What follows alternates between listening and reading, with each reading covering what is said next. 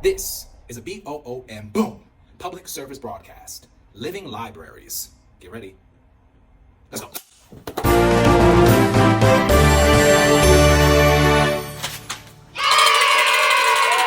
What's going on, everybody? Hello, welcome. This is the B.0.0.M. Boom! Public service broadcast.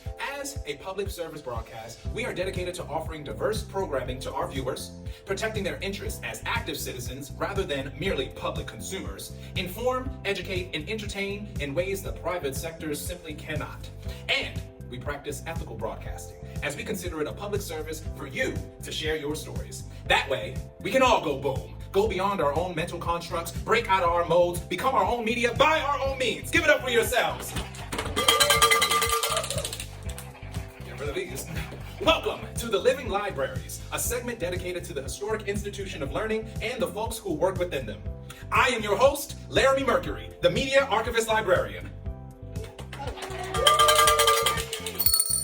Thank you very much. Thank you very much. All right. So let's get into a brief history of libraries. Very brief history of libraries. I'm going to read it off. You ready?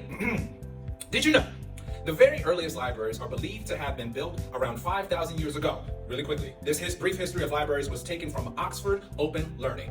Cite your sources, folks. The very earliest libraries are believed to have been built around 5,000 years ago, with the first human efforts to organize collections of documents. These took the form of clay tablets and cuneiform scripts about an inch thick in various shapes and sizes. Mud-like clay was placed in wooden frames and the surface was smothered for writing and allowed to dry until damp. After being inscribed, the clay dried in the sun, or for a harder finish, was baked. According to research, the word library originated in Latin from the word libraria, meaning place storing books. Simple. And Latin, labere, meaning book, whereas the Latinized Greek word bibliotheca is the origin of the word for library in German, Russian, and the Romantic languages. The more you know, folks, the more you know. This is a brief history. Now, did anyone know that about libraries? Did anyone know about the the origins of libraries? Kind of familiar with it? Yeah, little pieces. All right. Just as a public service, just to educate and inform the public, in case you didn't know so. All right, so we're going to move on to a brief history. Anyone heard of the Great Library of Alexandria? Can you tell us what anyone like a very brief history? Can anyone tell us what happened with the Great Library of Alexandria? I think it was destroyed. It was destroyed. I just realized I had a mic. Yes, you do have a mic. It was destroyed. Yeah, terrible, right? All right, so let's get into it. Did you know this is a brief history of the Great Library of Alexandria, read from Britannica.com. Cite your sources. All right, the Royal Library was an unfortunate casualty of war. Did we know that? Good old war. In 48 BCE, Julius Caesar became involved in a civil war in Egypt between Cleopatra and her brother Ptolemy VIII. Caesar sided with Cleopatra and was soon besieged by the Ptolemaic forces by land and sea in the Great Harbor. He realized that his only chance lay in settling fire to the enemy fleet, and it was by that drastic measure that he managed to gain the upper hand. Yet, he is remarkably silent regarding the extent of the destruction caused by the fire in the city itself. Subsequent authors, however, provide details of the ensuing destruction. Most explicit is Plutarch, a Greek biographer, who, after a personal visit to Alexandria, explained that Caesar was forced to repel the danger by using fire, which spread from the dockyards and destroyed the Great Library. Well, guess what, Caesar? Libraries are still standing here in the great empire of America, and that's what we're here to do, is to celebrate the historic institution and also the folks who work inside them. All right, let's move on to our very next segment. This is going to be Ask the Audience. Now, I asked the crowd out here some questions, and I'm just going to take it right back to you all, okay? So this is called Ask the Audience. First question, are we ready, audience? What do you love about the library? Quiet. Oh, I'm sorry. Oh yeah, that's popcorn style. Yeah. Yeah, it's quiet. It's peaceful. Yeah. That's my main. Yeah. The study spaces, there's all kinds of study space and resources here. Come on now. It's a place where you can be together but also independent. I like that. Together and independent. What else do you love about the library? It makes me feel smart when I go in. Because I know. I like that. All right, next question for Ask the Audience. Are we ready? Audience, are you a Kindle reader, audiobook listener, or tangible book reader? That's a good question. Tangible, yeah, I hear that. Mm-hmm. Audiobook. Yeah, audiobook, for sure. No, that's, yeah. When you only have so many cards. I say in the car. Yeah. I'm with you. All right. We're gonna keep chugging along. All right, I'd like to invite possibly a librarian up and have an interview. All right, let's give it up for our very first guest. Come on down. Welcome to the the B.0.0.M Boom Public Service Broadcast. This is Living Libraries. And who are you? Christina Gibson. How you doing, Christina Gibson? Let's give it up for Christina Gibson. Back like I don't know. All right, so we're gonna ask. So, what is your specific area in the library? So I'm the performing arts librarian. All right. The performing arts. Give it up for the performing arts. All right. Again, I'm acting like I don't know Christina, but Christina has helped me out tremendously in my studies, and we'll get into it. It's less about me. It's more about Christina. All right, let's go on to it. So, first question: what attracted you to becoming a librarian? Okay, so when I was a little girl, we would pretend to be librarians. So kind of like theater and libraries at the same time. All right. And we had to do the dishes, and we were really fascinated with the scanning mechanism for checking in and out books. So we would take like the cloth for drying the dishes, and we would check the books out as we dried the dishes. And we had this whole setup. And I loved the librarian at my elementary school. And then I went to grad school to study music history, and I spent so much time in the library that they talked about like creating a space where I could live in the library. And I worked there like all through grad school. And then I worked as a music historian for a while, and then I came back, and it's like coming home. It's great. We love that. Full circle moment from washing dishes, checking out books, to now it's your profession. All right. Going on to our next question. So, what are some myths about libraries or library culture that just need to be busted? You know what I mean? Like, what do people say about libraries or libraries in general that just simply is not true? So there's this sign at the Performing Arts Library at University of Maryland that the theater librarian put up there, and it says, "The library is not a quiet place." And I think it's because like they want that library, they want people to come there and have conversations and generate ideas. Okay. And they want people to feel free to come and be their full selves. No, absolutely. Yeah, I'm gonna bust that myth. This is where intellectuals come and we engage and we argue and we create new discoveries. I like that. All right, and to that question, which myths are legends? Like, which myths about the library are absolutely true? I mean, like, I love the idea, and it's a myth, like, it's not 100% true, but I love the idea that the library is the place where the oddballs can find something to relate to. That's good. I consider myself an oddball. I like that. All different types of folks, the niches, the topics that we're interested in, and then our love for research, or our open-mindedness is what I appreciate the most about working here, especially. All right, last question. We want to keep you here all day. Other than donations, what are ways that we can all support the institution? Of the library? Of the library, apologies. Okay. Other than donations, how can we support? Like an academic library? Like, there are different kinds of libraries. No, that's good. Can we start with academic libraries since that's where we are? Yeah, I think one way to support, well, student workers absolutely support Shout out to the student workers. academic libraries. I don't think we really function without student workers. So one way is to like engage in the programming and activities that we have at the library. So that includes working there, that includes attending events like this one, that includes checking out books, using the ILL system. Like, all these things go away unless we can prove that we need them. And so engaging with the materials that we have and the resources that we have, and asking questions, and talking to your professors about how much you need the things here, and talking to your fellow students about how much you enjoy the environment. So those were a lot of ways, but I think that's good. No, that's good. All right, any closing statements just about working here, or just like the institution itself? You know, I mean, we're praising anything that we can do better as far as like, how can we improve if any improvements are necessary? I think we're always improving. Got it. Yeah. So, I mean, in some ways, doing the same things that we're already doing. Gotcha. Like continuing to stay open to new ideas, to learning stuff, to engaging in our community. Like, those are things that are ongoing. Got it. All right, we'll give it up one more time for Christina. Thank you so much. This is our Living Library segment. Oh, you can stay in if you like, or if you like to, we just want more. Oh, God. Adios. One more time for Christina. Thank you so much.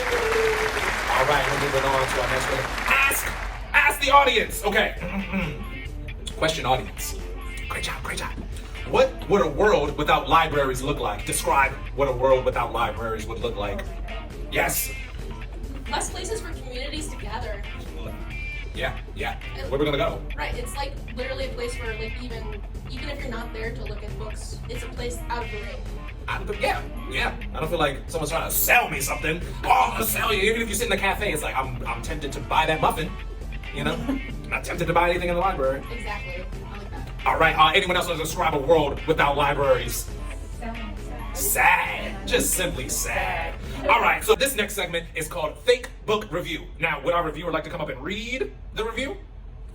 Come on up. This is Fake Book Review, the book you never knew existed and that you absolutely need to read. How you doing? What's your name? Where you from? My name is Kai Dondero. I am from Parkville. All right, Kai Dondero from Parkville. Hey, Parkville in the building, okay? All right, so what is, can you give us your book review?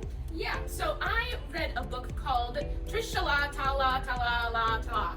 We'll put it right here. Yep, you see Post production. I rate this book 3 stars. There was not enough tris, and there was much too much ta-la-la, ta-la-la. It was unrealistic, especially when the tree started doing stand-up. For a non-fiction novel, it was more fiction than non. And that was Fake Book Review. Can you tell us who was the author of Tra-la-la-la-la-la-la-la? Trisha La Ta La Ta Ta. Trisha La La La La La. Do better with that book, Trish La La La La La. Any other book reviews that you have for us, Kai Dondero from Parkville? No. Thank you so much, and that was our segment called Fake Book Review. Give it up one time for Kai. All right.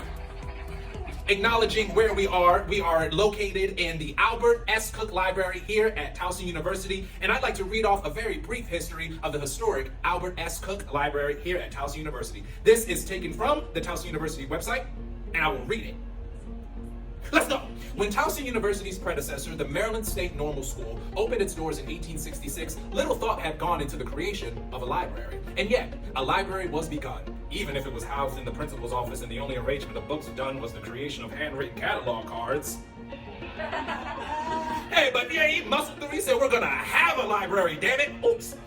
By 1870, the school was using the Peabody Library, which was very close to the school's Mount Vernon locations. Fun fact. Moving on. However, when the school moved to the building at Carrollton and Lafayette Avenue in 1876, a space was set aside for a library and funds were requested from the state to purchase books. See, that's the glow up. The glow up is very real.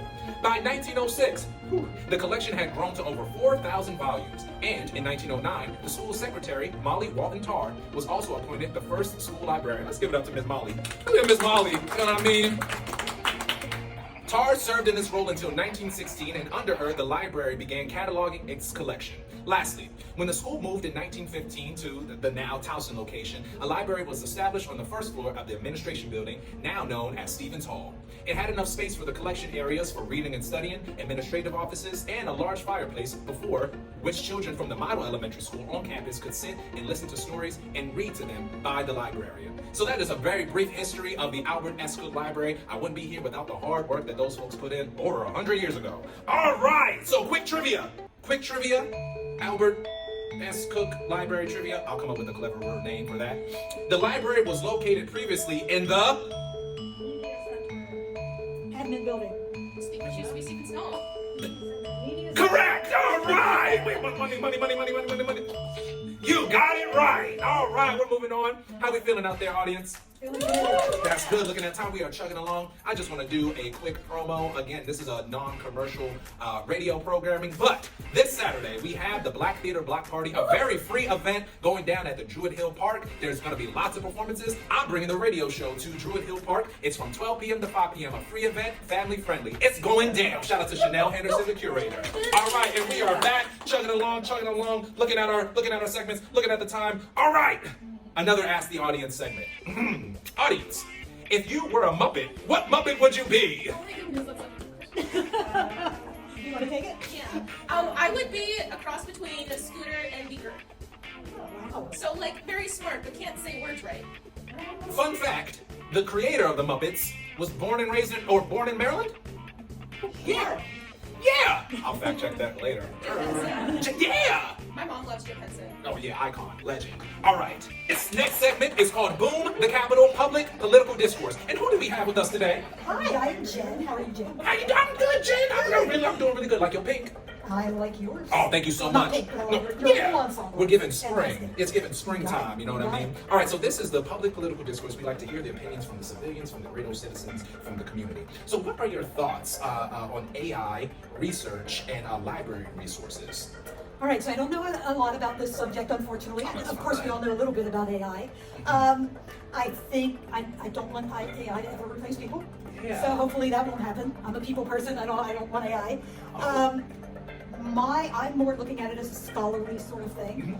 That it seems to be a great way to cheat. Just kind of plug something in. I have used AI on occasion. Sure. I told it to come up with a Taylor Swift song for Dino Flintstone because my husband's name is Dino. Came up with the greatest song in the Taylor Swift style. So in that part, AI's fun. Yeah. For a library, I think you can do a lot of fun things. Elementary level, college level. Have people kind of brainstorm a little. How would you like to hear things? How would you like to hear some poetry done by a pirate? Sure. Whatever. No, sure. Jen, you brought up a really great point in using AI for entertainment value, entertainment purposes. But when it comes to scholarly purposes, the idea of plagiarism. I just did a visit down to Florida State University's campus, and one of the discussions of the faculty was having to kind of lay the law down on someone who used ChatGPT to create their entire essay. Like, I can see maybe a little subsection, and not promoting it, hold up. But their entire research paper, ChatGPT, it's that's getting very lazy. Come on now, we need active scholars, we need proactive scholars. And as AI to replace kind of the human mind or what we're capable of doing, we don't want that. I agree with you. I've also used AI to create some album covers, some just designs and whatnot. But I can't imagine having a machine write up an entire scholarly paper if I'm interested in pursuing academia. You know what I mean? I do know what you mean. All right, yeah. But hey, all right. So what do you see for the future of AI? Do you think in the next 5 years you're gonna be using this thing I think we'll be using it in some form. In some, yeah. I'm hoping we'll all figure out we have students right now, they have to take a math test before they come in here and they're using AI to do it. So unfortunately what happens is they get placed in calculus because they did so well, and guess what happens? They flunk calculus because they had no idea. So I'm hoping that's sort of the academic scholarly way, but I'm hoping we can find a way to put a halt to all that. Come on, kids, and kids entering into college for the freshmen. Come on, let's use our minds, all right? We'll need no more AI. All right, Jen, any last closing words that you'd like to share with us? You know what? I really don't. I really don't. Hey, it's all good. Hey, you want to talk a little bit about what you do know? I think the whole thing. Hey, I love it. That's what we do here. It's theater, it's improv. I appreciate you being here, Jen. Let's give it up one more time for Jen. Thank you so much for giving us your opinion on AI research and libraries. In this segment, and this is going to be our last segment, we're going to wrap it up here. This is called Living Libraries. Let's give it up one more time for Kai. How you doing, Kai? Hi, it's great to be back. Oh man, what's good? What's good? So this is Living Libraries. So yeah, feel free to, the idea is any librarian love, any memorable experiences with the library. So go ahead and take it away. I would say that actually, I sort of yelled from the audience earlier that you can be independent or together, and I think the library was one of my first places of independence, where there's not someone really, you're not there for a reason unless you are, there's not someone over your shoulder going, oh, are you working on something? I could do whatever I wanted and go find a little special corner and have that. But then also there were the great events. I actually had my first writing publication was through a teen writers group in the library. So it was I go in my little corner, but then I also there's teen hang spaces where you go find the community, and it was absolutely so special. And I was driving here today thinking that I would absolutely scream and throw a fit if my library that I grew up in closed. Yeah, right? Yeah, I would be I was like, you can take my Denny's, but you cannot take my library. Not take our libraries. I like that. Any librarians, this is called librarian love. Any special librarians you'd like to shout out? So I don't remember her name. I can think of many faces of librarians in my life, but she is the only one. She was the 10th grade librarian, Ernie Davis. No, it wasn't Ernie Davis. It was Elmira Free Academy. Got it. Before it became Elmira High School. It had a little merger moment. I see. But she was the only one who read the first 10,000 words of my cringy novel about Demon Society. Whoa. So I don't know, but just knowing that those words were read by someone, even though I never finished that whatever, was so fantastic. No, that's and incredible. I love that. Yeah, librarians are always here to support the work, support the scholarly work, or the seeds of what it is that we're trying to cultivate. Yeah. I always appreciated that. They were always the motivators, the encouragers, and all of that. Any last closing words before we close up our segment today? Audiobooks are life. Audiobooks are life. Yeah, we can talk about audiobooks all day. But real books are also great. Real books are great. It's great to have a tangible book like this one. Yeah. All right. Thank you so much, Kai. Thank you for joining us. And just to wrap it up, some closing words from Laramie Mercury. That's my name, Laramie Mercury, the media archivist librarian. Support your local libraries, academic libraries, community libraries, for our students out there. If you are in the works of creating a workshop, an event series, just go ahead and send a proposal. This is exactly how I got here, just going out on a limb and having the support from the librarians who are looking to support student work. So this is what we have today for the B.0.0.M Boom Public Service Broadcast. Give it up for the audience. Thank you so much for being here. And all of this is used as material to generate ideas for my upcoming play, The Library, written by the world premiere, done with our very community here. All right, we're giving back to the community. This is how we do it. So that is all that I have. So my name is Larry Mercury, the Media Archivist Library. I'm here at the Albert S. Cook Library at Towson University. And make sure that you go boom! Thank you very much.